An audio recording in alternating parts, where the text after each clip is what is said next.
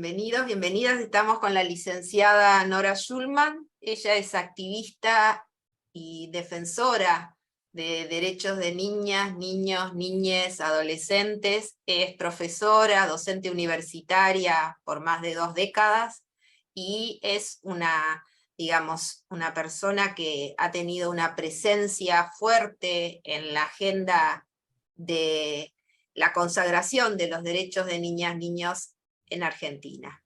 Así que bueno, es un gusto entrevistarte, Nora. Gracias, María Rosa.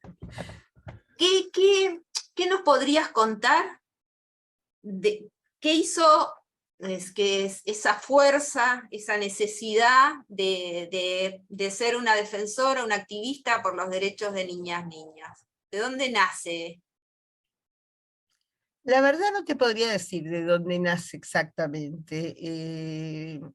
Yo empecé no tan joven, primero crié mis 2 hijas grandes y sin trabajar, y después cuando empecé a trabajar, bueno, ya no de qué más, hace más de 40 años, y la verdad que empecé a trabajar en el tema de niñez, entré en se llama el Centro de Prevención. En ese momento no era niñez, era minoridad, y con un enfoque absolutamente distinto, pero empecé a estudiar el tema. Yo empecé en la época a trabajar justo cuando terminaba el proceso, no, perdón, cuando empezaba el proceso, en el año 76, sí, 76 creo.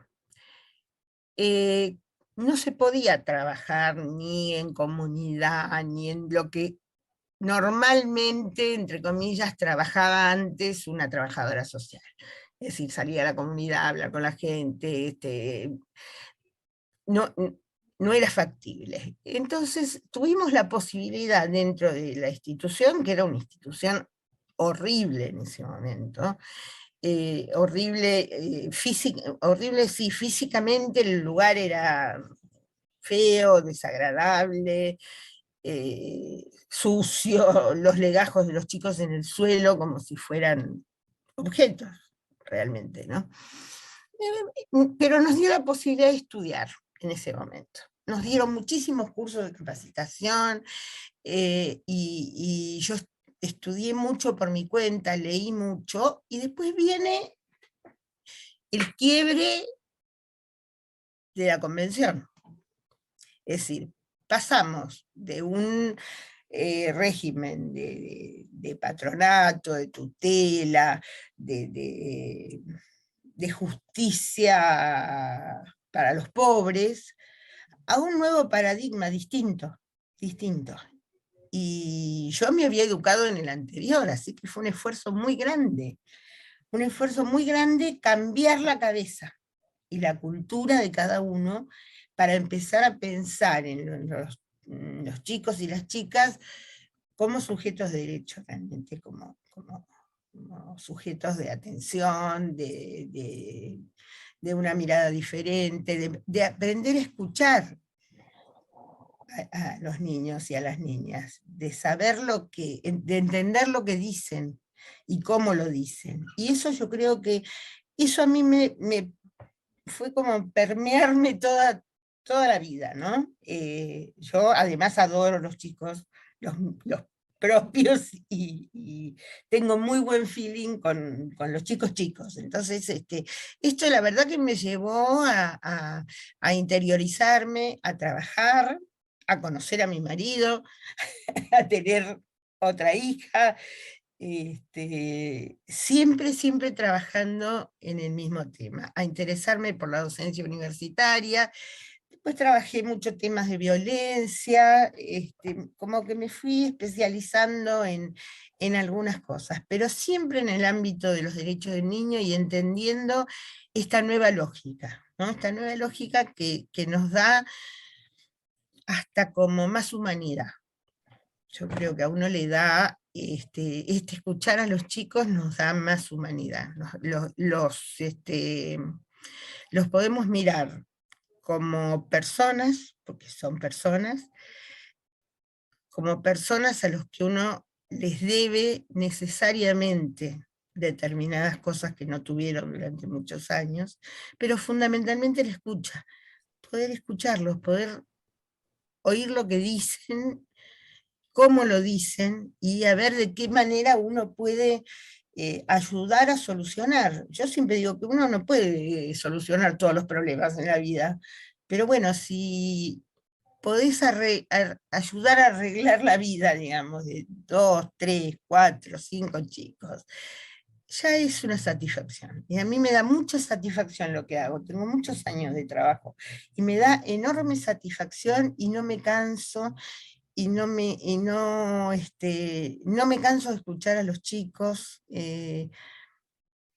Quizás por este feeling que tengo con los chicos, ¿no? Ahora tengo nietos, los adoro, son quizás lo más importante, y ahora que soy abuela, tengo cierta mirada como más humana, más cercana, ¿no? A los chicos. Aprendí también a sentarme en el suelo, a, a jugar. Cuando uno es adulto tiene muy poco espacio de juego. Y sentarse a jugar con los nietos, a mí me da mucho placer.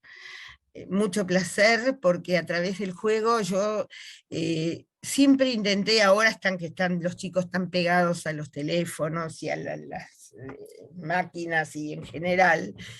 Yo con mi nieta mayor tuve una experiencia muy interesante, es una nena muy curiosa, y ella íbamos a internet a buscar información, ¿no? Yo me acuerdo cuando tenía 4 años, una vez me dijo, contame de los indios. Había escuchado de Colón en el colegio, entonces la información que buscamos, no, eso no me olvido nunca. Y estuvimos más de media hora de un chico de 4 años buscando información sobre los indios y distintos tipos de cosas que me acercaron mucho más a la infancia, ¿no? Ahora ya son más grandes, no me dan ni 5, pero en su momento fue de mucha emoción.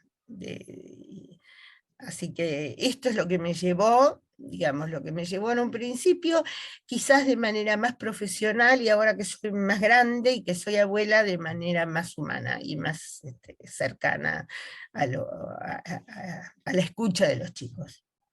¿Y Casa Sidín? ¿Qué significó Casa Sidín para vos como para tu desarrollo de todas tus capacidades y talentos y de tu liderazgo, ¿no? Para mí fue mi vida. Mi vida está puesta en ese lugar. Yo más de 25 años que trabajo en ese lugar. Es mi lugar. Es mi lugar. He trabajado con mucha gente, ha pasado por ahí. Bueno, siempre tenemos la luz que nos guía, que es la Carlotto, que ella lo creó, el comité. Y como dice siempre, ella va a ser del comité hasta que viva, mientras esté viva. Entonces eso, ya de eso solo ya te da una luz de esperanza de que uno va para adelante en esas cosas. Es mi vida, es mi vida, es mi vida profesional, tiene mucho que ver con mi vida personal también, y tiene que ver también con la gran cantidad de gente que conocí en todas partes. Me dio la posibilidad de viajar muchísimo en representación justamente del CASACIN. Conozco muchos países, he ido a presentar varias veces el informe a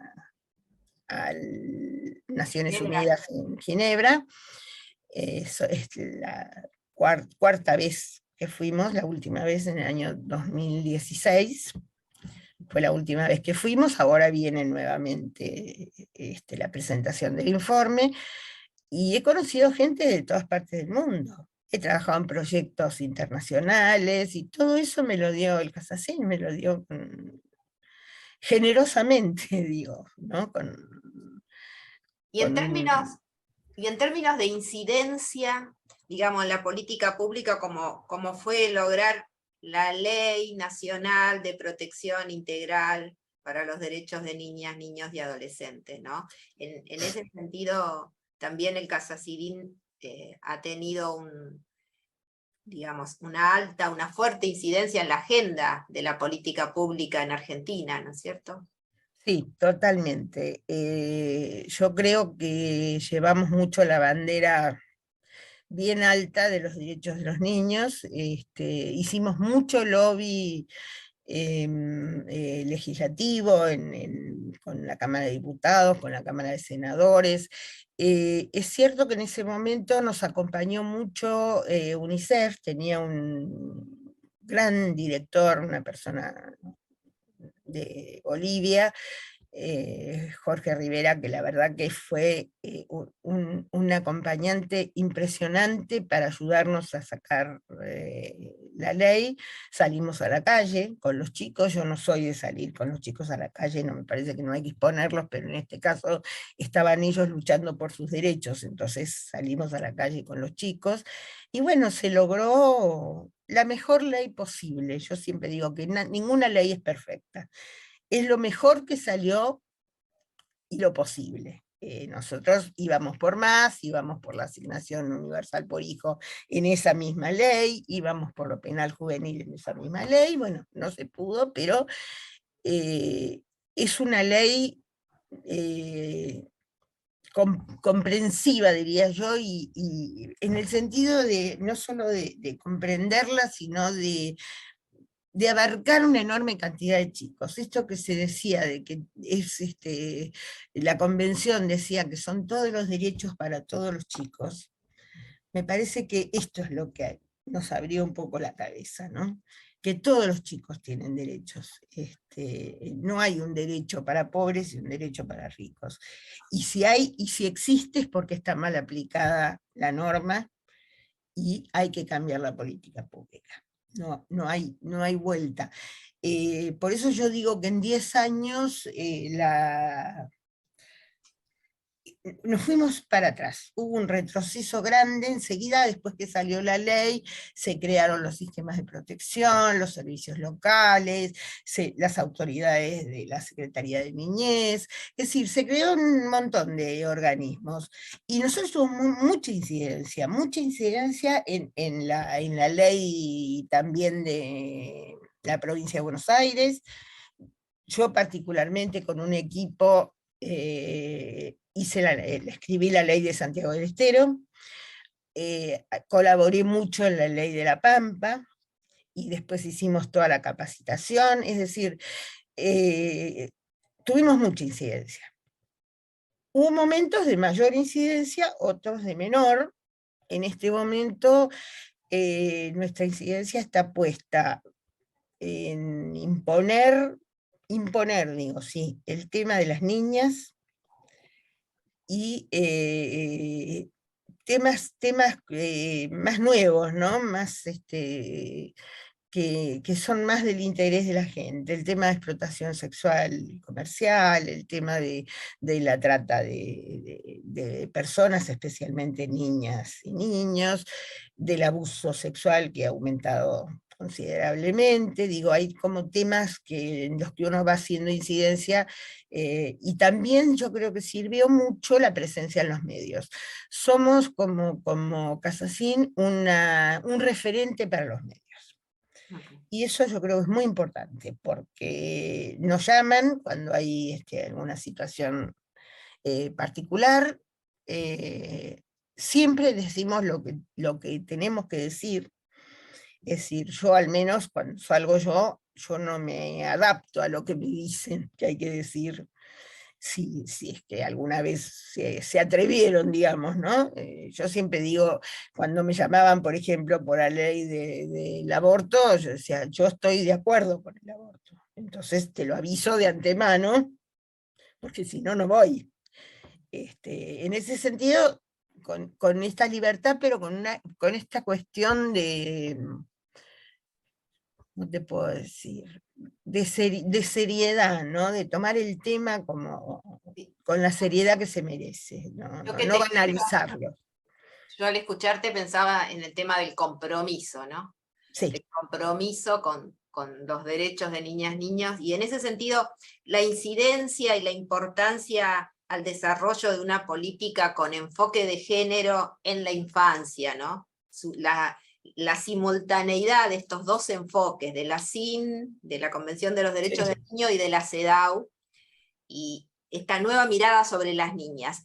Ya desde el año pasado se hicieron como actividades muy relevantes con niñas poderosas. Sí, sí, yo creo que Niñas Poderosas fue un hito muy importante, en primer lugar porque fue un evento regional, ¿no? De ahí, estábamos personas de casi todos los países de Latinoamérica, porque si bien los que expusimos éramos Argentina, México y Colombia, la gente que escuchaba era de todas partes de Latinoamérica. Eso ya es un hito importante, quedó colgado en una página de Tejiendo Redes, que fue un proyecto financiado por la Unión Europea y que nos permitió justamente hacer esos seminarios y esos trabajos para poner en la agenda pública el tema de las niñas, y que hay que seguirlo, porque es un tema cultural, es un tema que hay que eh, meterlo dentro de la cabeza de la gente, que el respeto y la dignidad por las niñas es una cosa que debe primar también, justamente de esto que hablabas vos, de las dos convenciones que protegen al niño y a la niña. No nos olvidemos que la convención salió en un momento muy de individualismo. En los 90 eran años muy individualistas, con bastante presión de la Iglesia de Estados Unidos, se metía mucho. Estados Unidos no ratificó la convención, pero se metió bastante a influir para las cosas muy negativas, ¿no? Entonces, si uno tuviera que modificar la convención, lo primero que habría que modificar es cuando dice todo niño, Claro. porque es todo niño o toda niña.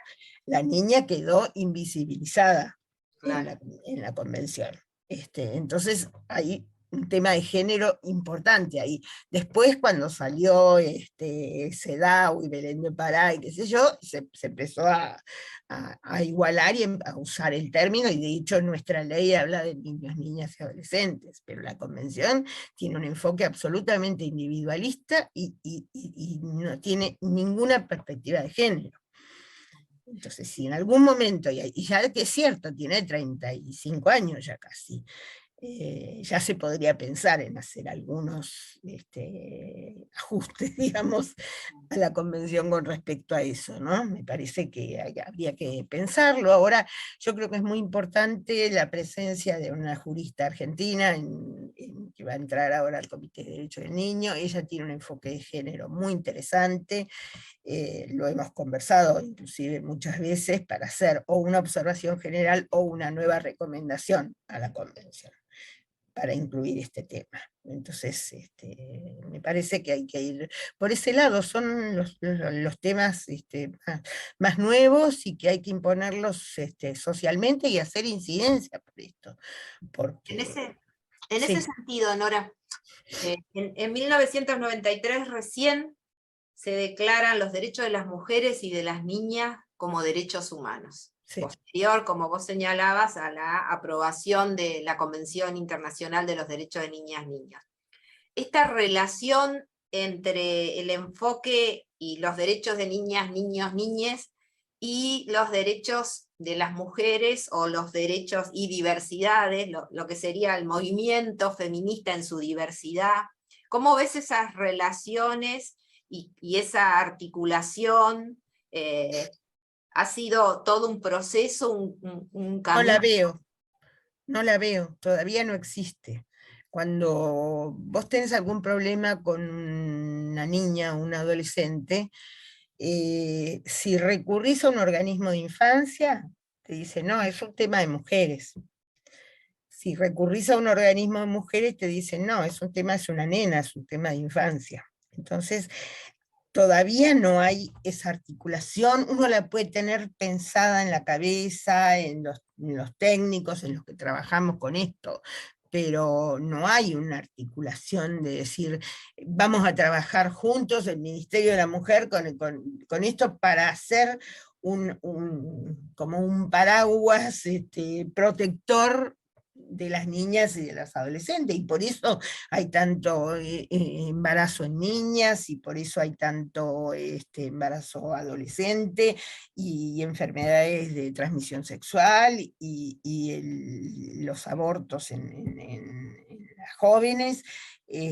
Hay muchos temas que se tienen que resolver en conjunto. La política pública tiene que, de alguna manera, aunarse y buscar criterios comunes, porque si no, no puede ser, una nena no puede estar despedazada en un pedazo de niña, otro pedazo de mujer. Las niñas nacen mujeres, y eso yo lo discuto siempre en ámbitos feministas, ¿no?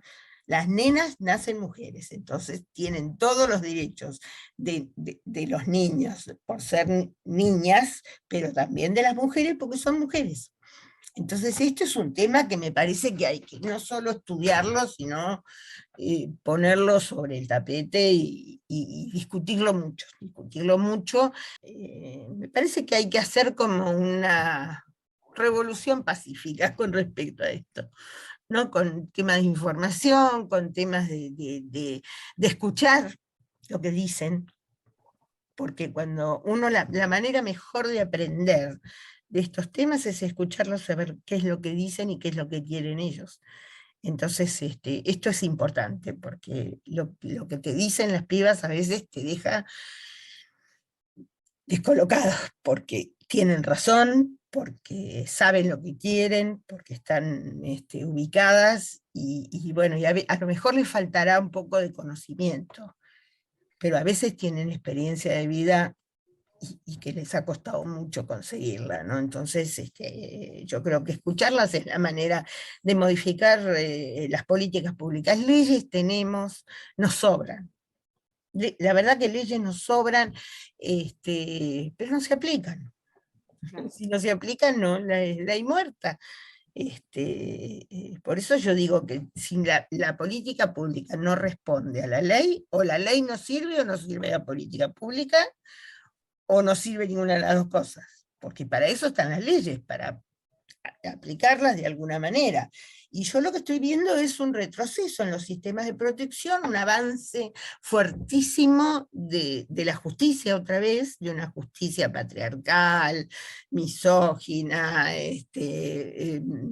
desconocedora de los derechos de los niños, es decir, que desconoce los derechos de los niños y de las niñas, y que estamos volviendo a una situación de patronato, donde el juez es la figura, o la jueza, que es peor, ¿no? Que las juezas que tienen una mirada machista son hasta más duras que los hombres, ¿no? Entonces, hay que cambiar la justicia, hay que cambiar las instituciones, porque los chicos van creciendo, los chicos y las chicas van creciendo, y a medida que van creciendo, van cambiando sus necesidades, sus derechos, sus aspiraciones, digamos, y si uno no los acompaña en ese crecimiento, llegan a ser jóvenes que, yo siempre lo cito a Arroyo con esto, cuando él habla de los ninis,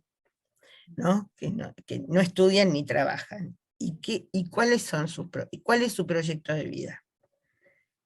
Entonces, pensemos que las niñas que se convierten en jóvenes, o los niños que se convierten en jóvenes, si uno no los acompaña en un proceso, no tienen proyecto de vida, y por eso hay suicidios, por eso hay bullying, por eso hay un montón de cuestiones, porque están como muy... nosotros estamos muy alejados, los adultos estamos muy alejados de la realidad de los jóvenes y de los adolescentes especialmente. Y entonces, para avanzar, porque de nuevo me parece que la sociedad civil, sobre todo con este empuje, en esta alianza con Tejiendo Redes que nos contaste y Niñas Poderosas, estaba planteando esta articulación entre feminismo y los derechos de la infancia desde el activismo social, desde todas las organizaciones, como la necesidad de esa articulación, y vos nos hablabas de la falta de esa articulación aún hoy en las políticas públicas, Sí, ¿no? totalmente. En A las veces la sociedad civil va más avanzada que la política de cada uno de los países, ¿no? Porque se van adelantando en temas que justamente porque muchos trabajan muy cercanos a los chicos. A veces desde un escritorio de un ministerio, podés armar una magnífica, entre comillas, política para los niños y los jóvenes, pero no sabés lo que pasa en la realidad. Entonces, si uno, la sociedad civil en general está mucho más cerca de los problemas de la gente en general y de las niñas y niños en particular. Por eso estamos como mucho más adelantados en algunos temas que acá ni siquiera se tocan todavía, ¿no? Este tema de la articulación, este tema de la subrogación de vientres ahora, que es un tema muy complejo, pero es un tema que viene.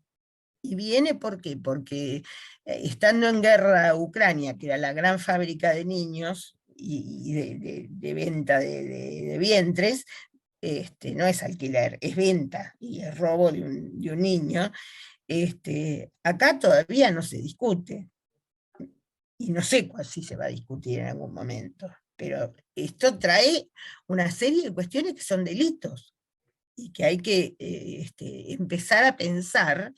No nos olvidemos que nosotros tenemos acá en la Argentina, que es muy grande, tenemos colonias alemanas, colonias rusas, hay chicos muy lindos, y esos son los chicos que se venden o se compran.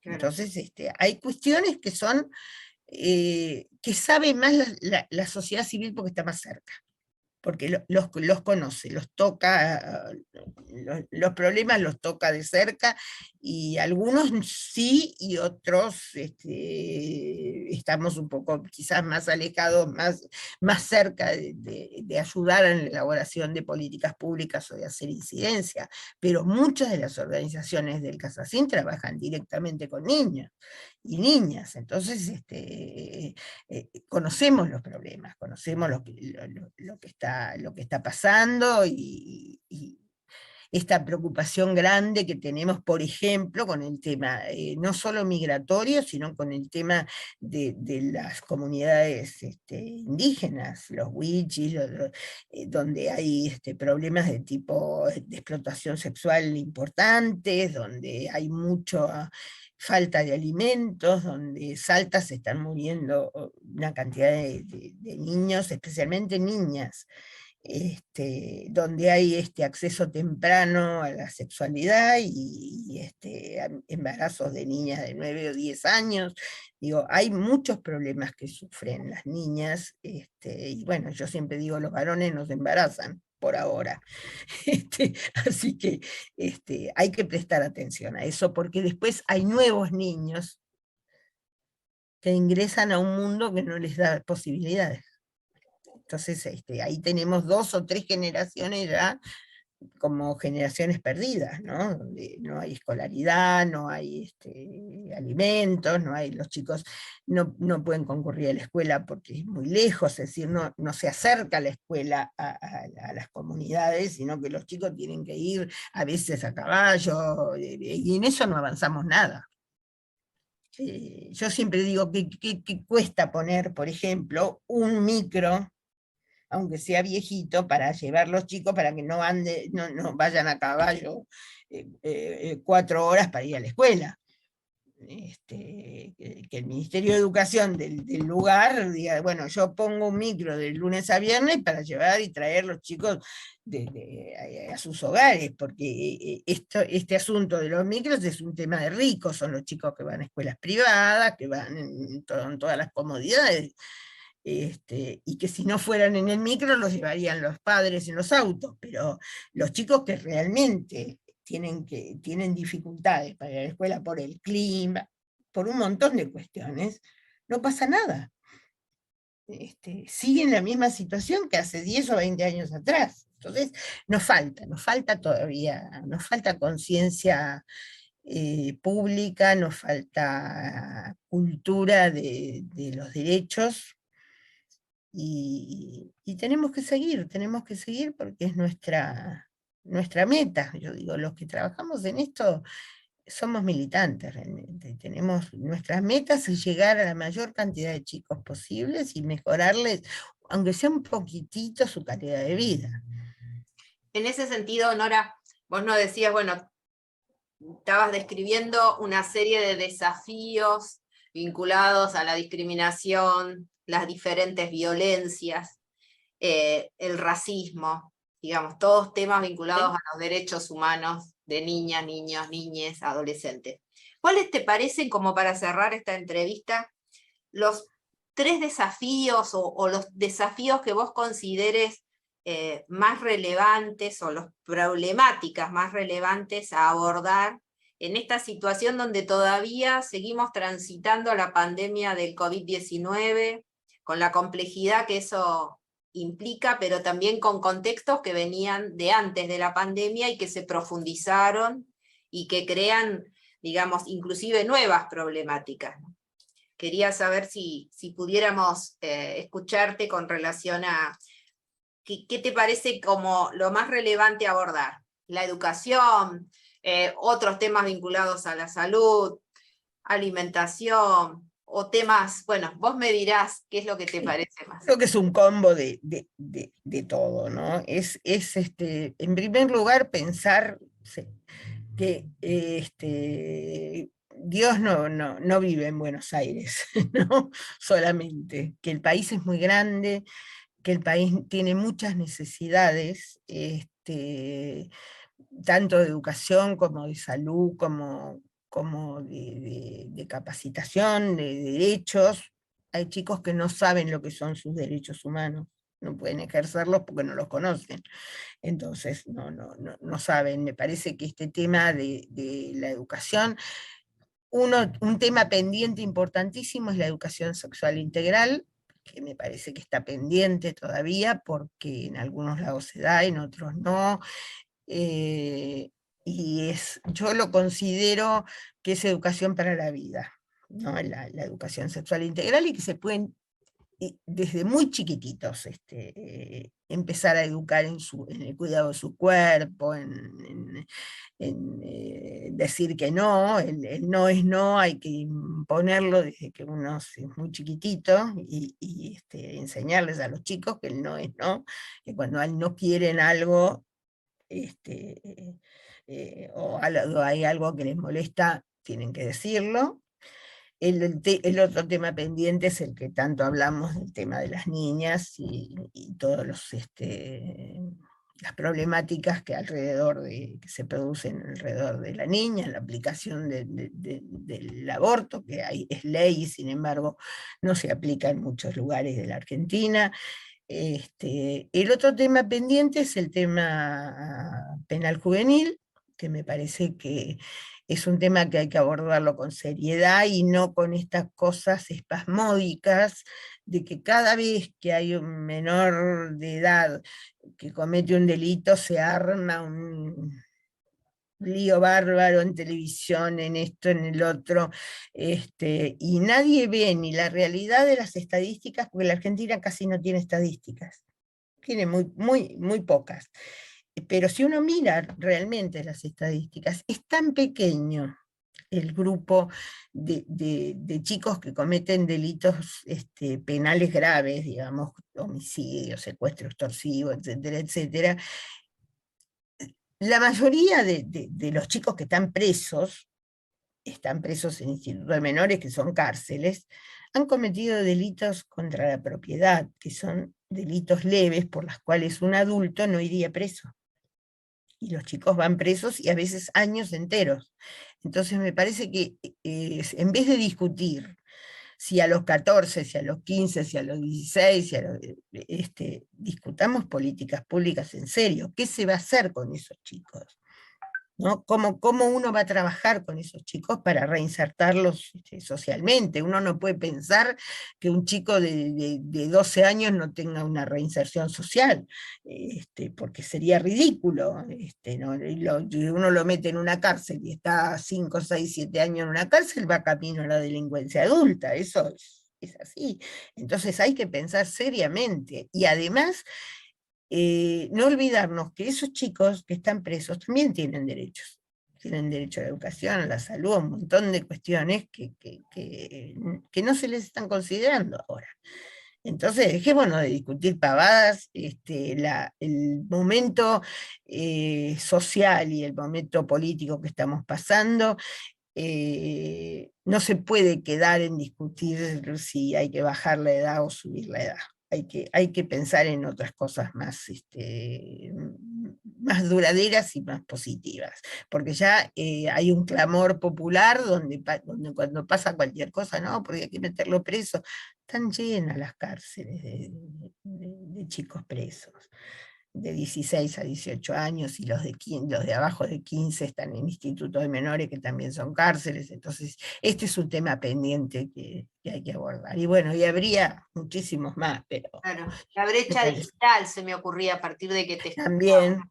también el tema de ciudadanía digital es un tema importante. Los chicos, las chicas tampoco saben los peligros que implica el mal uso de las redes sociales, ¿no? Y los padres a veces, yo creo que muchas veces para callarle la boca, le dan el aparatito, ¿no? Y todos los chicos, no puede ser que los chicos de 6, 5, 6, 7 años tengan su propio teléfono, por ejemplo, porque es riesgoso.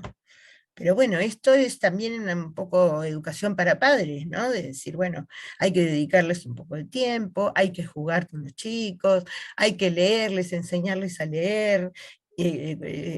La mejor manera de aprender y de querer la lectura es cuando uno empieza desde chiquititos, muy chiquititos, a leerles a los chicos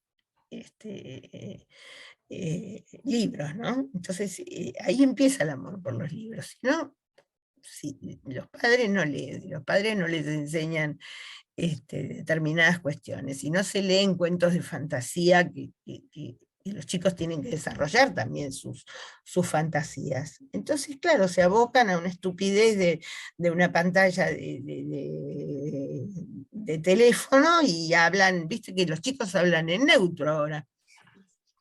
Ni siquiera hablan en castellano, ni en argentino, hablan en neutro. Entonces, eso que es producto y después llegan a la escuela y dicen, no, y no saben escribir, no saben, cuando dicen yo, o cuando dicen, hablan como los mexicanos, a veces da risa, pero a veces duele, ¿no? A veces da risa cuando uno escucha a un chico hablar de determinada manera, pero a mí a veces me molesta bastante eso, ¿no? Que, que es un tema de ciudadanía, justamente. Y bueno, y eso también es un problema grave. Digo, hay muchos todavía hay muchos problemas, pero hay que seguir hasta que uno pueda seguir. Muchas gracias, Nora, No, por gracias a vos. todo tu compromiso y por todo tu trabajo durante tantos años y por tu fuerza para continuar. Sí, hay que seguir, hay que seguir. Mientras uno pueda, hay que seguir. Y tu optimismo. Sí, sí. De dónde sacas esa resiliencia? ¿De dónde viene esa fuerza? No sé, yo creo que tuvo mucho que ver mi educación. Yo tuve padres muy comprensivos y que me criaron con mucha libertad, ¿no? Y también me acercaron mucho a la lectura. Tuve mis hijas, las tuve muy joven, acompañé, digamos, su educación. eh, Mis 3 hijas son universitarias, se han recibido. Para mí el tema de la educación es un tema fundamental, y yo creo que viene de ahí, de esa fuerza que te dan los nietos para jugar, para tener ganas de estar con ellos, para comprarles una pavadita o hacerles ñoquis, como dice mi nieto. Cuando le preguntó a la maestra qué comida te gusta más, los ñoquis de mi abuela. Entonces eso también te lleva a decir, bueno, hay que luchar por ellos también, para que tengan una infancia feliz, que la tienen, y que sean jóvenes felices. La felicidad es muy importante en la persona humana. Y yo creo que la fuerza te la da eso, este empuje que por un lado tiene la familia y por el otro lado el interés de seguir leyendo, pensando en cosas nuevas, y yo siempre a veces tengo en la cabeza una revolución, digo, bueno, me voy a abstraer, voy a mirar algo, ahora se me ha dado por mirar películas históricas, series históricas, y bueno, y uno se da cuenta que no sabe nada de muchas cosas. Todavía, mirá, yo tengo 75 años y entiendo que hay muchas cosas que no sé y que todavía tengo que aprender. Entonces, ojalá tenga tiempo para hacerlo. Eso es lo más importante. Pero bueno, me parece interesante cerrar esta entrevista pensando en esto que vos nos decías, quizá con otras palabras, en relación a un nuevo modo de entender las familias, un nuevo modo de plantear estas sociedades que sean sociedades de cuidado, y la democracia dentro de la familia, ¿no? Exacto. Bobbio nos decía justamente que el último lugar en el que él suponía en el futuro de la democracia que debiera llegar para realmente ser efectiva, estaba vinculada con la familia, ¿no? Y yo creo que todo tu activismo y el activismo por los derechos de niñas, niños y adolescentes va hacia allí, ¿no? A luchar contra el adultocentrismo, luchar contra todo lo que Totalmente. impide que se escuchen las voces, ¿no? Así que bueno, gracias por toda tu lucha de todos estos años, Nora, y por ser No, una gran mujer con un gran compromiso por las niñas, niños y adolescentes. Gracias. bueno, gracias, María.